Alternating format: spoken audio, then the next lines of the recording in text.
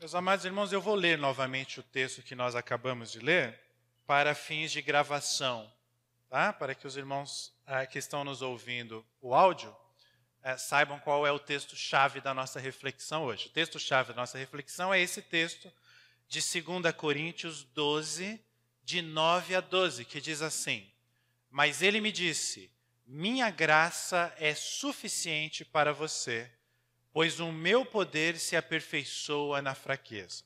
Portanto, eu me gloriarei ainda mais alegremente em minhas fraquezas, para que o poder de Cristo repouse em mim. Por isso, por amor de Cristo, regozijo-me nas fraquezas, nos insultos, nas necessidades, nas perseguições, nas angústias, pois quando sou fraco é que sou forte. Feche seus olhos mais uma vez. Senhor Deus, ajuda-nos, ó Pai, como acabamos de cantar. Nós precisamos de Ti, porque nós somos fracos. E nós vamos refletir exatamente sobre isso. Fortaleça a Tua palavra, mas para colocarmos em prática nas nossas vidas. Que o Senhor transforme as nossas vidas, é o nosso pedido. Em nome de Jesus. Amém. Você tem um tênis predileto, um calçado, uma sandália, um sapato que é o seu predileto no sentido de você achar o mais bonito? Aquele que você não usa todo domingo, você não usa todo sábado, você não usa durante a semana. Você deixa ele para ocasiões especiais. Bom, há alguns anos eu estava naquela loja chique lá de Campinas, chama Miami Store, né? Que você compra produtos importados lá. Estava eu passeando na Miami Store e eu jogo basquete e um tênis, um Nike de basquete assim me chamou a atenção, né? E como quase toda pessoa da classe média baixa, bem baixa, normalmente se você vê esses tênis assim, você nem pergunta o preço, né? Mas curiosamente, eu fiquei sabendo, alguém tinha perguntado o preço daquele tênis, e aquele tênis importado estava numa super promoção. Quando eu ouvi o preço, eu falei, opa, esse eu consigo comprar, nem que seja parcelado no cartão, mas consigo. E aí o funcionário foi procurar meu número, não tinha o número adequado. E eu comprei um número menor. Assim, ele ficou justinho no meu pé, serviu, não ficou apertado. Mas o ideal seria o número a mais. Bom, esse tênis, claro que gosto é pessoal, mas sem dúvida nenhuma, na minha opinião, é o tênis mais bonito que eu tenho. Só que ele é um número menor do que o ideal. E para jogar basquete, nem pensar. Para passear, só se for trajetos curtos, em que eu não vou caminhar muito.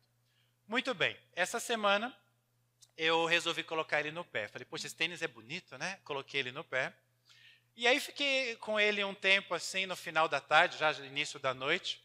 E aí chegou um momento de eu passear com a Cherry, né? Minha cachorra, minha Border Collie, eu saio todo dia, eu dou uma volta com ela aí pela cidade.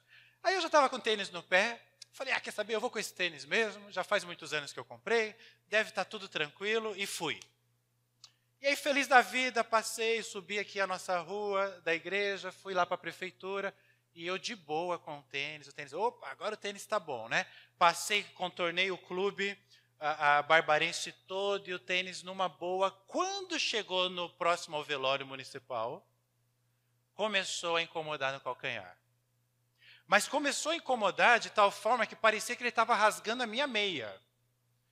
Assim que sabe quando um calçado começa a incomodar, que você começa a cogitar, passar a vergonha de arrancar ele do pé e continuar o trajeto a pé? Começou a me incomodar assim. Aí eu parei, ajeitei a meia, puxei a meia, ainda tive que subir a ladeira aqui da rua Camilo Augusto de Campos. Ajeitei a meia, puxei a meia, ainda tive que subir a ladeira aqui da rua Camilo Augusto de Campos com o tênis. E final da história eu cheguei em casa mancando, e estou com o meu calcanhar machucado do pé esquerdo aqui até agora, por causa desse tênis apertado. É o mais bonito que eu tenho, mas ele incomoda muito. Não sei quem acompanhou ontem um grande astro mundial do esporte, Usain Bolt, o homem mais rápido de todos os tempos, o mais veloz de todos os tempos, ele encerrou a sua carreira. Mas encerrou não da forma que ele sonhava, nem de que nós, seus fãs, sonhávamos. Usain Bolt sempre teve como marca ser o homem mais veloz do mundo nos últimos anos, o grande recordista, medalhista olímpico e mundial. Mas o que 3 aspectos chamam a atenção de Bolt? A sua velocidade, claro, em primeiro lugar. Segundo, a sua força, né, o seu tamanho, sua força. É um homem que chama a atenção pelo seu vigor físico. E a sua alegria, né? O Usain Bolt, como um bom jamaicano, é aquele cara que, mesmo sem a gente conhecer ele próximo, né, a gente percebe que tudo indica que ele é um cara gente boa. Uma grande característica do Bolt é o seu humor. Mas ontem, a velocidade do Bolt, a força do Bolt e o humor do Bolt foram vencidos por uma mera cãibra. Você já teve cãibra? Aquela coisinha insignificante que vem assim, parece que você vai morrer, mas depois passa e parece que você não teve nada. Uma cãibra literalmente derrubou na pista Usain Bolt. Eu vi um jornalista usando uma linguagem poética, um pouco maldosa, é verdade, mas ainda assim faz sentido. Ele disse que um raio acertou o Bolt ontem, já que ele era conhecido como o raio, né? Bolt, o raio. A pergunta que fica para nós é: continuará Usain Bolt sendo agora um homem forte, agora que ele está fraco?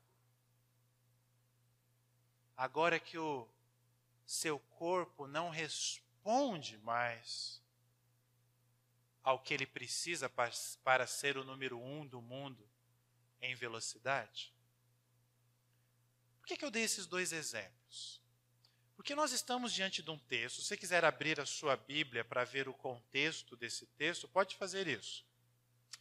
Nós estamos diante de um texto em que Paulo, o grande apóstolo, chamado por Jesus, Paulo foi chamado por Jesus já ressurreto, no caminho de Damasco. Jesus já tinha subido aos céus, mas ele volta e tem um encontro com Paulo no caminho de Damasco. E ele fala: Paulo, por que você me persegue? Paulo, eu te dou um novo chamado para a sua vida. Não é para você matar cristãos, mas é para você levar a minha mensagem para os não cristãos, para eles se conscientizarem da graça que é o meu evangelho, a minha vida na vida deles. Então Paulo recebe essa missão e ele cumpre esta missão. A igreja cristã ficou desconfiada no início, falou: mas esse Paulo não é aquele que perseguia cristãos? E depois de um tempo eles foram percebendo a transformação na vida desse homem. E ele se tornou, se não o maior, um dos maiores apóstolos de Jesus. Esse homem, em um momento do seu ministério, ele teve uma experiência sobrenatural com Deus. Uma experiência que ele não explica em detalhes, por 2 motivos: para ele não ficar vaidoso e porque ele não conseguiria, em palavras, explicar a experiência que ele teve. Mas o que ele diz nos versos que antecedem o verso 9, que nós lemos, ele diz que ele teve visões, que ele teve revelações do Senhor. Ele diz que em um momento da sua vida ele foi arrebatado. E quando ele conta isso, já tinham se passado 14 anos. Ele conta 14 anos depois que isso aconteceu. Ele fala: olha, houve um momento na minha vida que eu fui arrebatado ao que ele chama de terceiro céu. Ele diz: eu tive uma visão do paraíso. Eu vi o que todos vocês o que eu vou ver de novo, e todos nós veremos, nós discípulos de Jesus. E aí o próprio Paulo diz que, para que ele não se exaltasse, e é essa palavra que ele usa lá no grego, para que eu não ficasse exaltado com as coisas maravilhosas que eu vi, Deus colocou em mim o que Paulo chama de um espinho na carne. Imagina, você já se machucou com um espinho? Já pegou uma rosa ou alguma outra flor e o espinho cravou na sua pele? É uma figura de linguagem para algo que nós não sabemos exatamente o que era, que atormentava o apóstolo Paulo. E ele diz que esse espinho na carne o atormentava de dia e de noite. E ele fala o seguinte: olha, nesses 14 anos, desde que eu vi essas coisas maravilhosas, e que Deus colocou esse espinho na carne, ele até chama assim, esse mensageiro de Satanás, ele associa como uma obra do mal, mas com permissão de Deus. Interessante. A gente percebe muito claro a teologia bíblica ali na expressão de Paulo. E aí ele diz o seguinte: olha, nesses 14 anos eu pedi por 3 vezes ao Senhor. Eu acho que, desde que o meu tênis começou a incomodar ali no velório municipal, até chegar aqui em casa, eu pedi mais de 3 vezes para o Senhor para parar de incomodar o meu pé. Não pedi, mas estou só usando uma ilustração para vocês. Paulo 3 vezes pede para algo que não era tão simples assim como um tênis que está apertado, para que o Senhor tirasse esse espinho da carne dele, para que ele parasse de ser atormentado. E por que contei essa história toda? Porque é aí que entra o nosso texto-chave. É nesse contexto que aparece no verso 9 a expressão, mas eu pedi, mas ele, o Senhor, me disse. E a resposta do Senhor é: a minha graça é suficiente para vocês.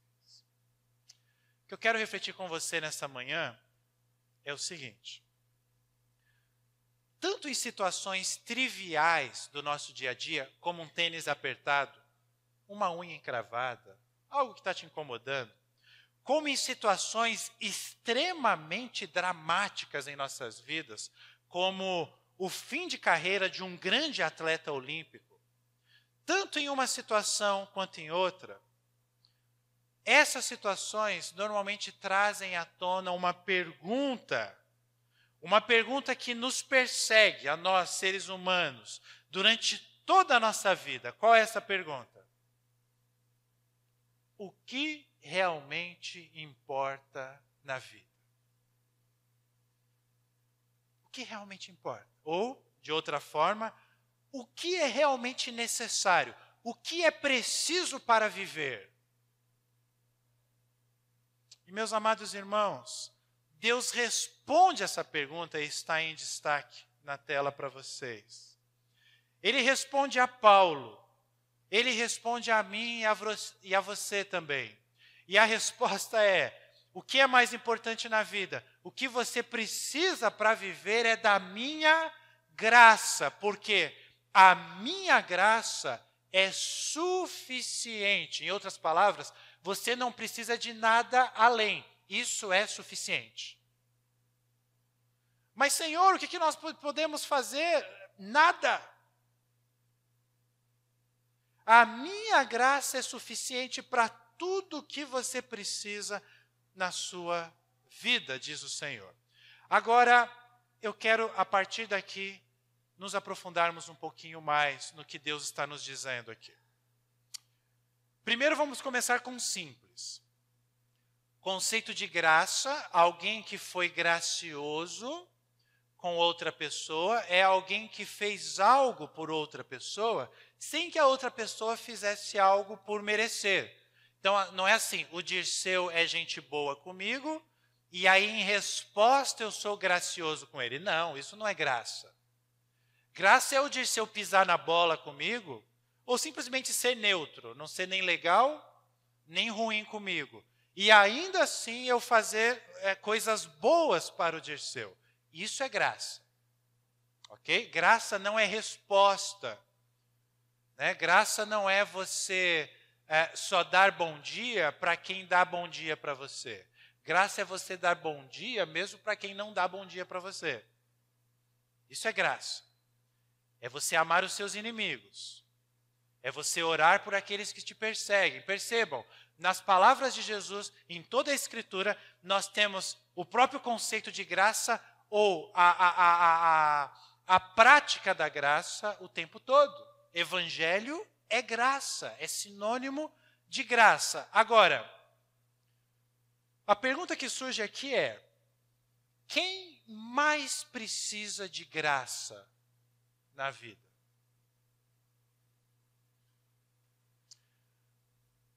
Talvez, se nós pensássemos em Usain Bolt, alguns meses, anos atrás, exatamente um ano atrás, ele estava no Rio de Janeiro, na Olimpíadas, ganhando tudo. Há um ano atrás, você poderia olhar para o Usain Bolt e falar: esse é um cara que não precisa de graça, né? Ele já ganhou, conquistou tudo, conquistou o mundo. Fama, dinheiro, reconhecimento, admiração. Mas 12 meses se passaram. E quando a gente olha para este homem, ele não saiu. Claro, ele foi educado quando ele saiu da pista ontem. Mas aquela alegria que a gente conhece do Bolt não apareceu ontem. Ele saiu cabisbaixo, ele saiu chateado. Não só por ele, mas porque a prova era de revezamento. E ele, por causa do seu acidente, ele prejudicou a equipe e o país. A Jamaica, que poderia ter ganhado alguma medalha e não ganhou por causa dele. O ponto aqui, meus amados irmãos, é que quem precisa de graça é aquele que é fraco. Aquele que é forte, normalmente não é aquele que você olha e fala: esse cara precisa de uma graça na vida dele. Não, ele já é forte. Ele já tem, bem entre aspas o que eu vou falar, tá? Ele já tem graça por si mesmo. Ele criou a sua graça. No sentido de que ele fez pelos seus esforços, ele fez por merecer uma situação que ele está. Agora, quando você olha alguém fraco, quando você olha para você que é fraco, este ou esta pessoa é o alvo de Deus quando ele fala de graça. Deixa eu resumir tudo em uma frase só. Graça só é concedida a quem é fraco. Graça não é concedida a quem é forte. Graça só é concedida a quem precisa de ajuda. E às vezes nós nos esquecemos disso em nossas vidas. E às vezes nós nos esquecemos do que é a igreja. Igreja, nós aqui, mostra aí, Gerson. A igreja é simplesmente a reunião de pessoas que reconhecem que precisam de ajuda. O que nós somos? Igreja Jardim América, Igreja Presbiteriana do Brasil, Igreja Evangélica Nacional, Mundial. O que nós somos? Nós somos um monte de gente que reconheceu que precisa da ajuda de Deus e de um dos outros. Nós nos juntamos por causa disso, e ao nos ajuntarmos e colocarmos a cruz de Cristo, Cristo em primeiro lugar, nós oficialmente nos tornamos uma igreja. Um monte de gente que reconhece que precisa de ajuda. E aí, meus amados irmãos, é difícil nós trabalharmos esse conceito nos tempos que nós vivemos, porque nós vivemos uma cultura de independência. A cultura de que eu não preciso de ninguém. A cultura do eu me acho. A cultura do deixa comigo. Já tentei fazer isso em equipe, mas em equipe não funciona. Agora deixa que eu me viro. Deixa que eu me viro porque eu faço melhor. Vai levar 6 meses mais tempo para você fazer, mas você acha que você vai se dar conta sozinho, aí depois dos 6 meses você vai falar: não dou conta sozinho. Nós vivemos essa cultura. Nós temos hoje dificuldades até para demonstrar os nossos sentimentos para as pessoas. Já encontrou com alguém, e alguém, ou você mesmo já não falou isso para alguém, frases do tipo: sabe aquela situação que eu tive lá com o meu familiar, com aquele amigo, com aquela pessoa? Eu até me emocionei. Ah, mas eu não demonstrei para ele e para ela que eu estava emocionado, não. Nós somos assim, nós temos dificuldade em demonstrar para os outros que nós precisamos de ajuda. Nós não gostamos disso, porque a cultura diz para nós que nós temos que ser fortes. Que você não pode criar o seu filho como um fracassado. Gabi e eu estamos num dilema e alguns psicopedagogos têm nos ajudado. O Benjamin começou na escolinha. E como ele faz aniversário em 2 de julho, está esse dilema se ele pega maternal 1 ou maternal 2. Então, se ele foi para a turminha do maternal 1. Aí, maternal 1, estão os bebezinhos. E ele parece muito avançado para o maternal 1. Aí ele vai para o maternal 2. Aí pega os maiorzinhos e ele parece que está atrasado. E agora, onde o Benjamin vai se encaixar?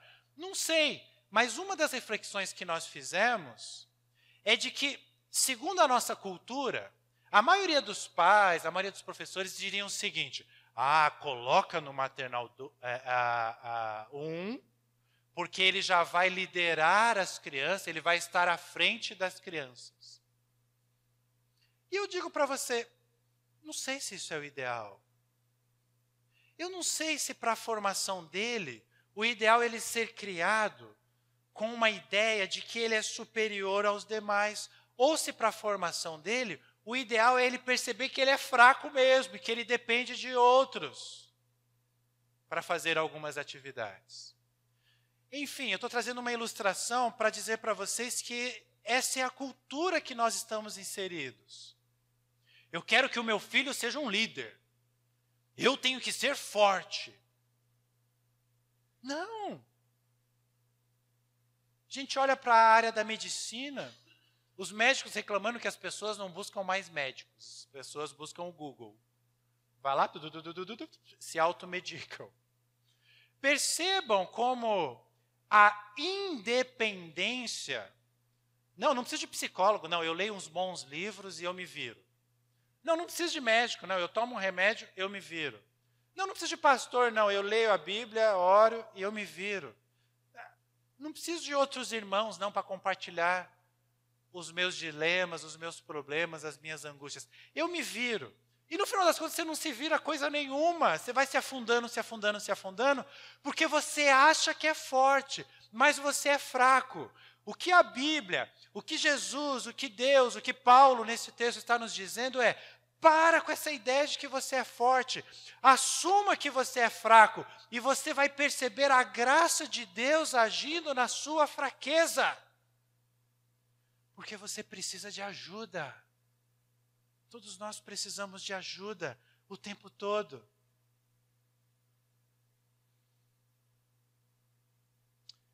Quem está na igreja e não reconheceu ainda que é fraco, esse precisa ainda mais de ajuda.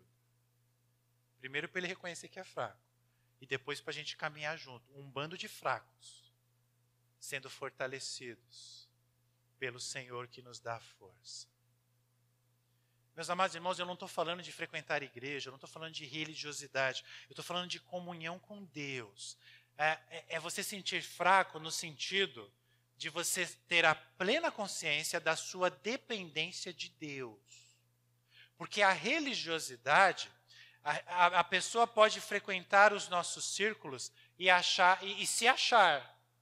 Fala, eu sou um ungidão, eu sou o santão.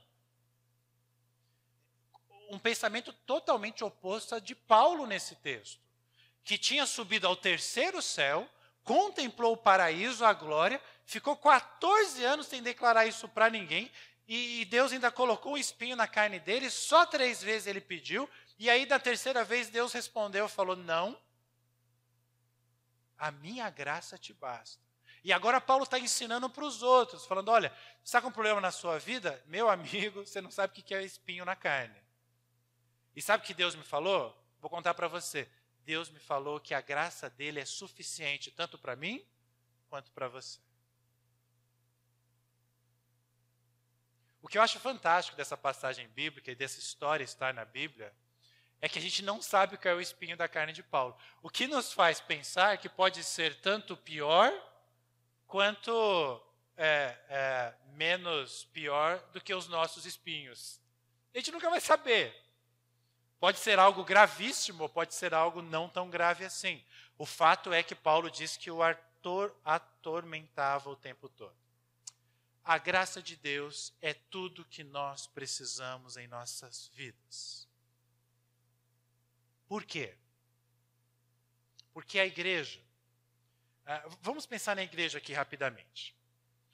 A maioria das pessoas, não estou falando necessariamente você, tá? A maioria das pessoas no mundo buscam a igreja quando elas precisam de alguma coisa. Já parou para perceber isso? A pessoa está com um problema financeiro, a pessoa descobriu um câncer, a pessoa vai fazer uma cirurgia, a pessoa teve um problema no casamento, o filho se perdeu em drogas ou na criminalidade, aí a pessoa busca a igreja. Tudo bem. Agora, quando está tudo bem nas nossas vidas, em geral o ser humano acha que não precisa da igreja, que não precisa de Deus. Quando eu preciso, eu busco. Quando eu não preciso, eu não busco. Se por um lado isso é um problema, claro, não preciso nem dizer que isso é um problema, né? É como eu pensar no Benjamin, meu filho, me procurando e demonstrando amor por mim somente quando ele tem um interesse por trás disso. Por exemplo, ele quer ganhar um presente, então ele me agrada, porque ele sabe que me agradando eu vou ficar feliz com ele e vou dar esse presente. Mas se eu percebo a intenção do coração dele, isso é terrível para mim. E às vezes as pessoas agem assim com Deus. E Deus é Deus. Se nós que somos humanos conseguimos perceber as más intenções, isso é bíblico, dos outros que estão ao nosso redor, que dirá Deus que sabe todas as coisas. Agora, a nossa experiência com Deus é uma experiência que tem como molde a cruz. E a cruz, ela pisca assim para a gente uma palavra, graça, graça, graça, graça. Então, mesmo Deus sabendo que um filho seu está se aproximando dele por causa de um câncer, por causa de um problema financeiro, por causa de um luto, porque Deus é gracioso, olha a história do filho pródigo. Deus, em geral, acolhe. Isso é graça. É como se mesmo eu sabendo que o Benjamin está me agradando com segundas intenções, ainda assim, porque eu amo, por pura graça, não por mérito, eu atendo o pedido dele, quando é algo bom para ele, claro. Então perceba uma coisa, meus amados irmãos. Mesmo nessa situação que não parece ideal, uma coisa a gente percebe no nosso relacionamento com Deus. O poder de Deus, os milagres de Deus e a glória de Deus, elas se manifestam mais quando nós mais precisamos. Isso é fato. Elas ficam mais evidentes. Agora, eu vou repetir essa frase para eu fazer uma pergunta, para você levar essa pergunta para casa. Eu vou repetir. O poder, a graça, os milagres, a glória de Deus se manifesta mais em nossas vidas quando nós mais precisamos, ok? E quando nós não precisamos?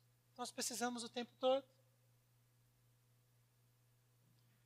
Às vezes a situação é mais grave, mas precisar dessa graça, desse poder, desse milagre, desse zelo, dessa proteção, dessa segurança que só Deus pode dar, nós precisamos o tempo todo. E por que nós precisamos o tempo todo? Porque nós somos fracos. Somos fracos. E aí é que a gente olha para o texto, mostra aí novamente o texto. E sempre que na Bíblia, vocês sabem, eu já falei isso para vocês, aparece um pois, presta atenção que vai explicar a frase anterior. E esse pois ou porquê é muito importante, porque ele vem depois de uma afirmação bombástica.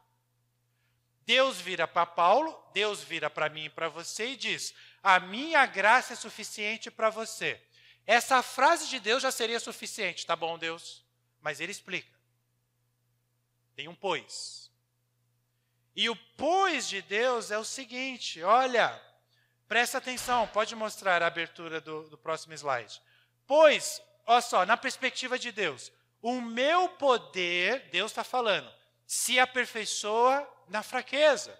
E depois, Paulo vai trazer a nossa perspectiva, a perspectiva humana, lá no final do verso 10. Pois, olha lá, de novo, quando sou fraco, é que sou forte. Então, na Bíblia, a mensagem, Eugene Peterson traduziu assim essa frase de Deus aí. Ele colocou assim, minha força brota da sua fraqueza. E depois, quando sou fraco, é que sou forte. Meus amados irmãos, parem para pensar na história da Bíblia. Olha a história da Bíblia. A história da Bíblia é a história de homens e mulheres fracos, você não encontra homens e mulheres fortes, poderosamente usados por Deus. Noé, Abraão, Isaac, Jacó. Abraão cheio de defeito. Isaac puxou o pai. Jacó pior ainda. Aí vem José. Não, José é um modelo bom, é verdade. Mas num contexto em que foi colocado em situações de fraqueza. Foi fiel. Mas em situações de um homem... O que eu quis dizer é o seguinte. Que é a situação de você se sentir mais fraco do que você ser colocado num poço e ser vendido pelos seus irmãos e depois ser levado escravo para uma nação e depois você ter sido injustamente acusado pela esposa do faraó e ficar preso totalmente fraco. Mas Deus transforma a sua fraqueza em algo bom para o povo de Israel. Depois vem Moisés, chamado por Deus, falando, não, Deus, eu não quero. Ele e Arão, eu não quero, mas vai ser você. Depois ele perde a paciência com o povo. Deus é longânimo com ele. Davi, não, Davi é o grande rei, grande exemplo, sim. Pergunte para Batseba. Pergunte para Urias, quando você encontrar ele no céu. O que você acha de Davi? Mas se reconciliou com Deus. E se tornou um homem segundo o coração de Deus. Mulheres também, você pega a história de Ruth, a história de Esther. Pessoas que não fizeram nada para merecer se tornarem pessoas fortes. Nomes que ficaram para a história da humanidade, da história do povo de Deus, o povo de Israel. Mas Deus os tornou fortes. Eu gosto dessa imagem. Com todas as crises, com todos os dilemas, às vezes com a nossa depressão, com o nosso desânimo, a gente fica ali, mas Deus está nos tornando fortes. Porque é isso que Deus faz. O poder de Deus, ele se aperfeiçoa na nossa fraqueza.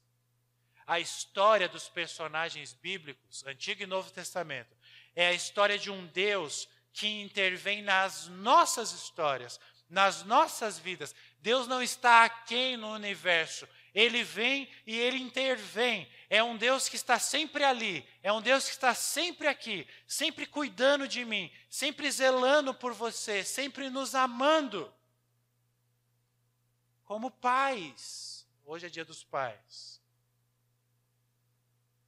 Como um pai perfeito, Deus nos dá liberdade. Ele dá liberdade aos seus filhos.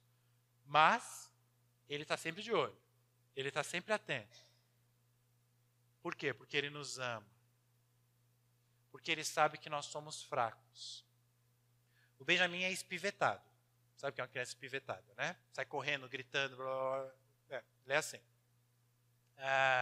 E quando eu vou com a Gabi, com ele em shopping, em parque, qualquer lugar assim, público, ele quer largar nossa mão e quer sair correndo, quer fazer mil coisas. Se ele vê um trenzinho, então aí fica doido, né? E às vezes, vocês que são pais, avós, também fazem isso, eu sei.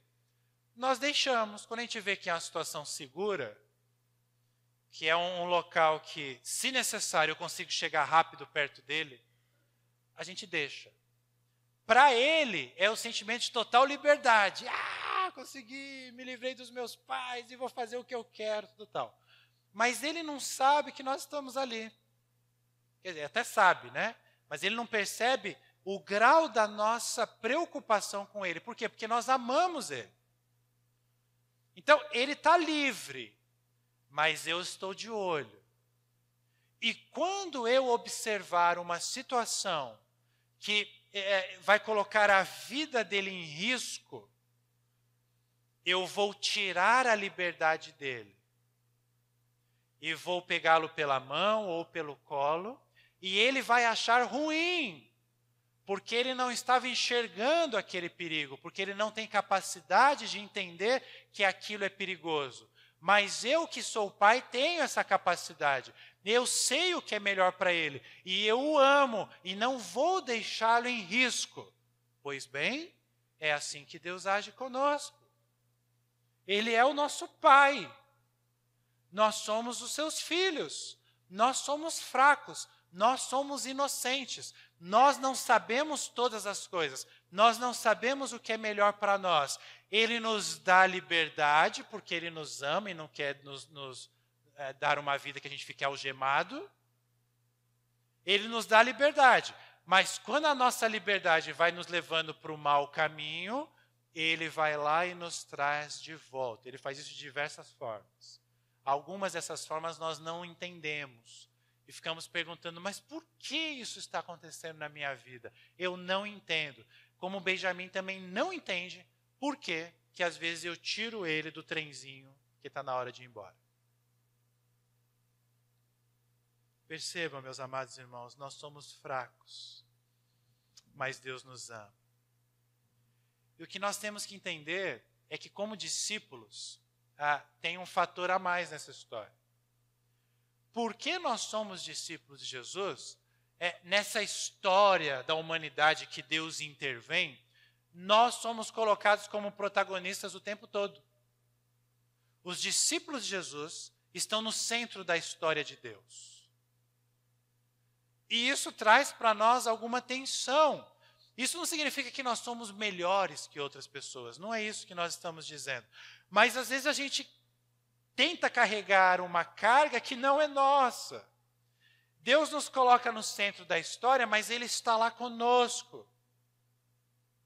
Nós não queremos ser reconhecidos como heróis pelo mundo. Nós queremos ser reconhecidos como humildes, como pessoas dependentes de Deus.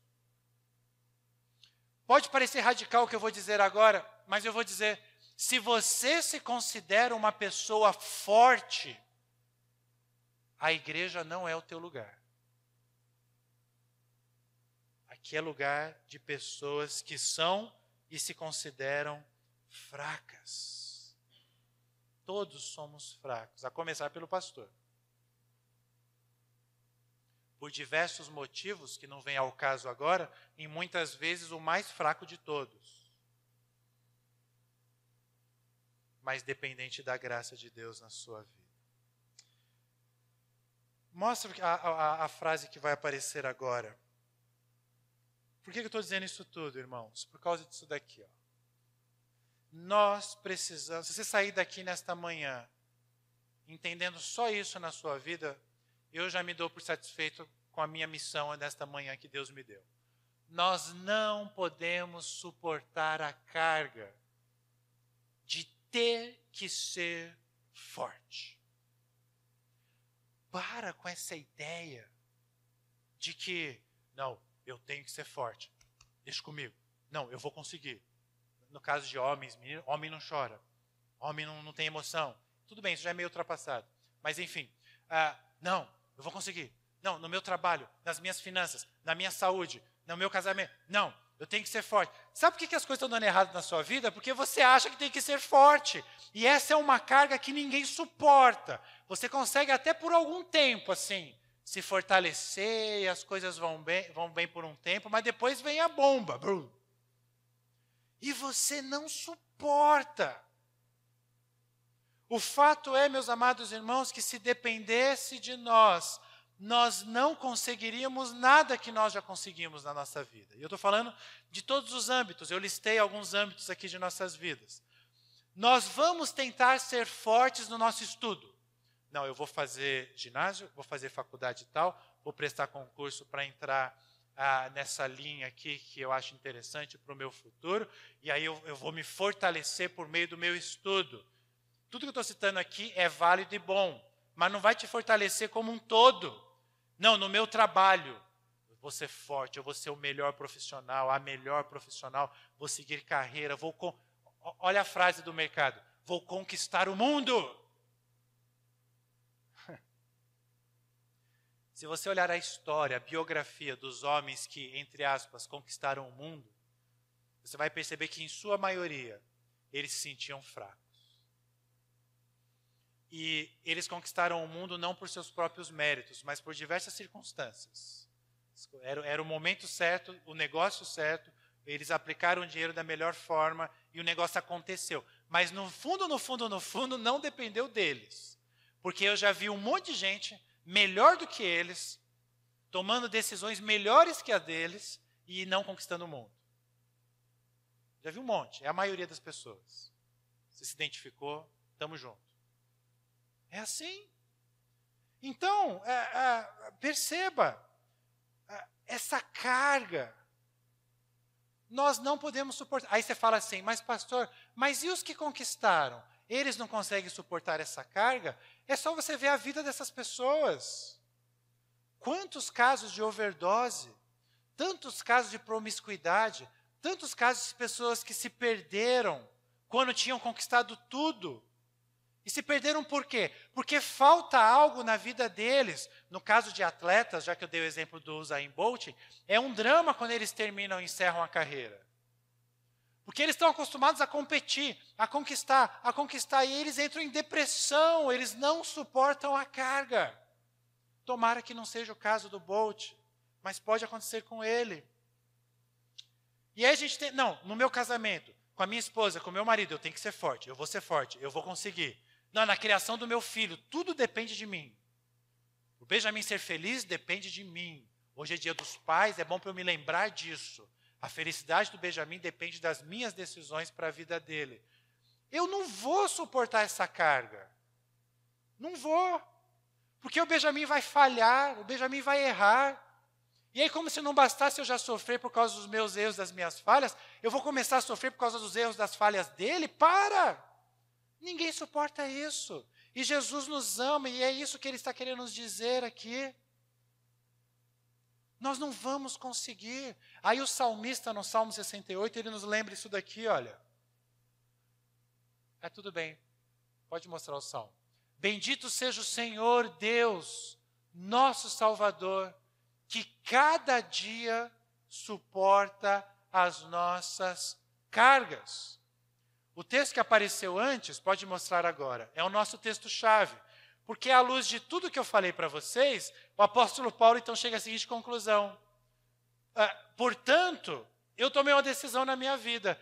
Eu me gloriarei ainda mais alegremente em minhas fraquezas, para que o poder de Cristo repouse em mim. Perceba, Paulo está fazendo essas reflexões que nós estamos fazendo.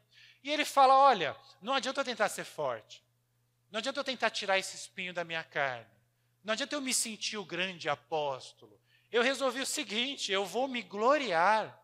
Eu vou dar glórias a Deus até de forma mais alegre, mais feliz, quanto mais eu perceber que eu sou fraco. Perceba, ele traz já uma conclusão, ainda aí no verso de número 9, antes de começar o verso de número 10. Eu quero que o poder de Cristo repouse em mim, e não que em mim repouse o meu poder. Porque se for só o meu poder, eu estou perdido, eu não consigo sair do lugar. Jesus também traz essa ideia quando ele nos apresenta o texto de Mateus. Mostra aí para nós, olha lá. Mateus 11, 28, esse texto é emblemático sobre este assunto. Ele diz assim, venham a mim, todos os que estão cansados e sobrecarregados. é uma ordem, não é um pedido ou uma opção. Falou, ó, se você estiver cansado, sobrecarregado, se você quiser, vem a mim, de repente eu faço alguma coisa. Não, ele está dizendo, você é meu discípulo, está sobrecarregado, está cansado, vem a mim. Venha, claro que ele fala com amor, né? Não com braveza, mas é essa a opção que nós temos, a única opção. Venham a mim todos os que estão cansados e sobrecarregados. Por quê? Eu lhes darei descanso.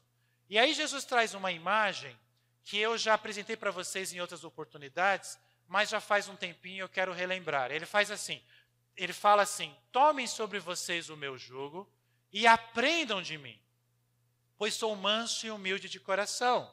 E aí ele repete, e então vocês encontrarão descanso para suas almas. E aí ele explica de novo com essa ilustração, porque o meu jugo é suave e o meu fardo é leve. Nós temos que entender o que Jesus quer dizer aqui com esse jugo. Mostra aí pra gente, Gerson. Jugo ou canga, tem outros nomes, mas o mais usado é jugo ou canga. É essa peça de madeira que liga os bois num carro de boi. Então é preso no pescoço do boi. Essa daí até que tem ali uma tecnologia. Tem umas que são mais simples, é um pedaço de madeira mesmo, enrola ali no pescoço de um boi e do outro boi, que é para que eles tenham força, né, mais de um boi, conseguir carregar o carro do boi, a carga que eles estão carregando. É essa imagem que Jesus está nos apresentando aqui quando ele fala de jugo. E sabe o que ele está querendo dizer? Essa ilustração não é minha, é de um querido pastor, professor Carlos Bosman. Ele fala o seguinte, olha, normalmente, na área rural, quando o fazendeiro, o agricultor, ele vai usar um carro de boi, e ele vai usar o jugo, a canga, normalmente ele coloca de um lado um boi manso, e do outro lado, que eles chamam no interior do país, de um boi chucro. O boi manso é aquele que é treinado, é aquele que é humilde, é aquele que não é rebelde. O boi manso é aquele que já sabe o que deve ser feito. Do lado dele, eles colocam um boi chucro, que é aquele que é rebelde, que é aquele que precisa ser treinado. Por quê? Porque aí ele vendo ali as atitudes do boi manso, ele não vai ver que não tem como sair daquela situação, ele vai se tornando manso com o tempo.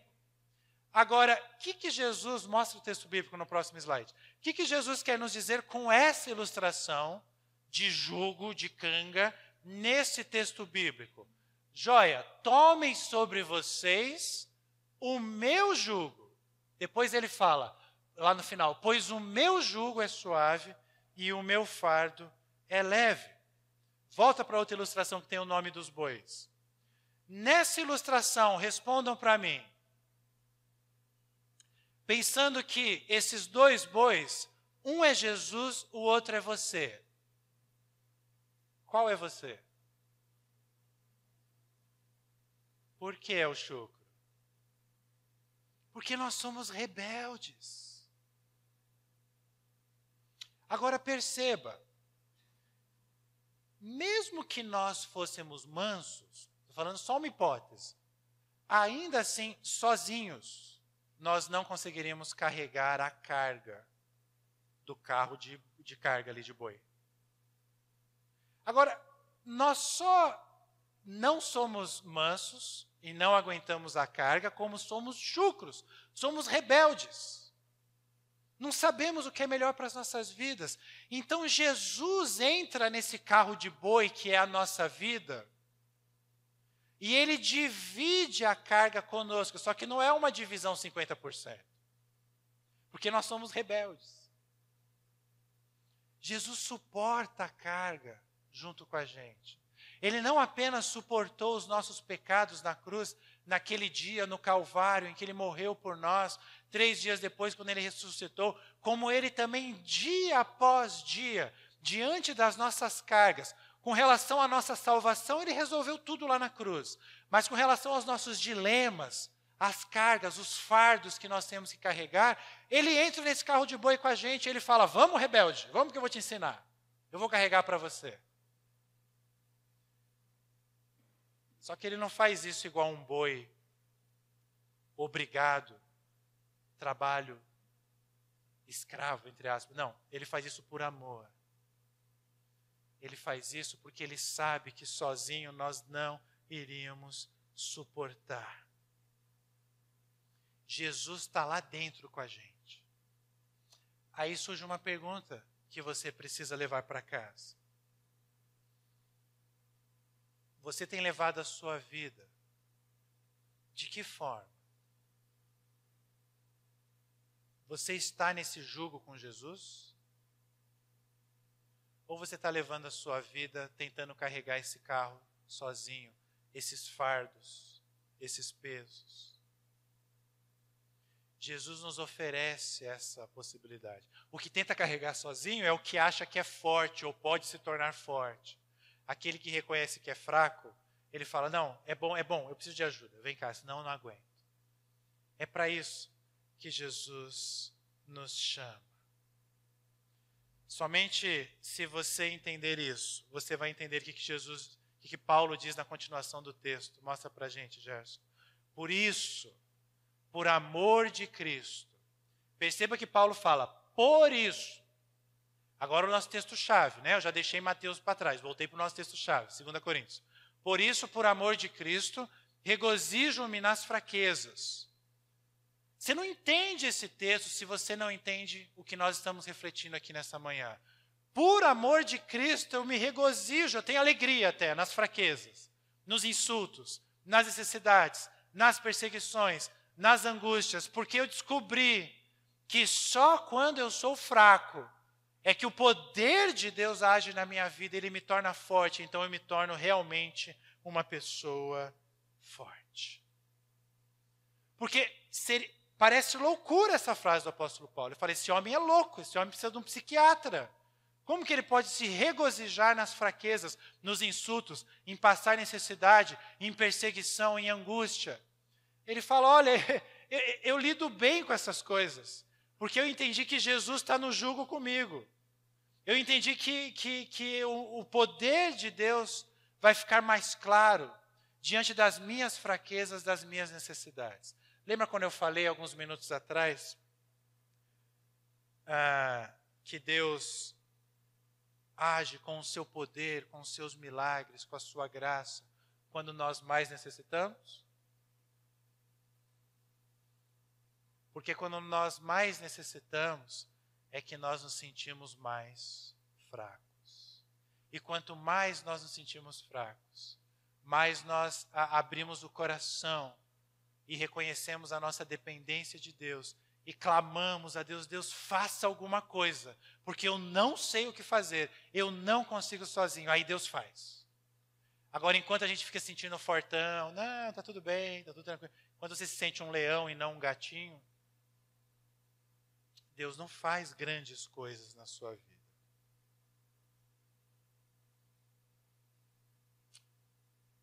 Isso é muito aplicável no nosso dia a dia, meus amados irmãos. E eu quero concluir dizendo para você que Deus usa pessoas confusas, pessoas comuns, para fazer coisas extraordinárias. Provavelmente a sua capacidade acadêmica, intelectual, a tua capacidade de artes manuais, de tudo que você faz na vida, muito provavelmente é maior do que dos 12 apóstolos. Provavelmente. Você tem mais formação que os 12 apóstolos. Agora, perceba o seguinte, como que aqueles 12 chucros transformaram o mundo? Exatamente porque eles sabiam que eram fracos e que sabiam que eram dependentes do poder de Deus na vida deles. Provavelmente você tem mais talento do que eles. E eles serviram a Deus. Eu quero dizer um último princípio para você nesta manhã.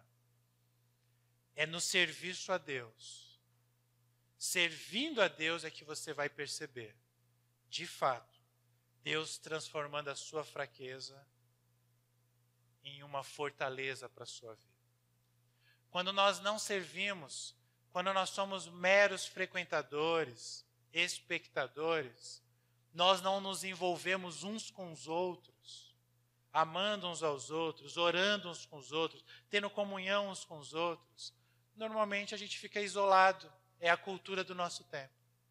Mas quando a gente se envolve no serviço, a gente se reconecta com Deus. A gente experimenta essa força de Deus, porque, meus amados irmãos, esqueçam, eu não consigo subir nesse púlpito e falar o que eu estou falando para vocês por causa de formação de seminário, por causa de pós-graduação, por causa de outros cursos, por causa de orar. Não. Até ia sair alguma coisa por causa desses cursos, mas não estas coisas. É porque nós somos fracos que Deus nos usa. Agora, os discípulos em geral pensam assim: não, o dia que eu estiver forte, então eu começo a servir ao Senhor. E aí eles nunca conseguem servir ao Senhor, porque nós nunca seremos exatamente fortes. Começa, e o mais Deus fará. Olha como que a Bíblia, a mensagem, traduz essa última frase do apóstolo Paulo. E essa é a minha última palavra para você. Simplesmente, eu permito, Paulo falando, que Jesus assuma o controle. E quanto mais fraco eu me apresento, mais forte me torno. Olha que bonitinha a menininha aí. Quanto mais fraco. O que Paulo resolveu fazer? O que Jesus está nos chamando para nós fazermos hoje? Jesus está dizendo assim: Marcelo, deixa eu assumir o controle da sua vida. E ele espera de mim a seguinte resposta: Senhor, eu não tenho outra opção, eu sou fraco mesmo, assuma. Zezina, João, Dirceu, Charline, Gabi, Luiz, Douglas, deixa eu assumir o controle da sua vida. Paulo está falando que, em um momento da sua vida, ele falou: Jesus, assuma o controle. Não importa o que eu quero, não importa o meu plano, importa o que o Senhor quer, importa o plano do Senhor para a minha vida. Porque quando eu sou fraco, é que eu me torno forte.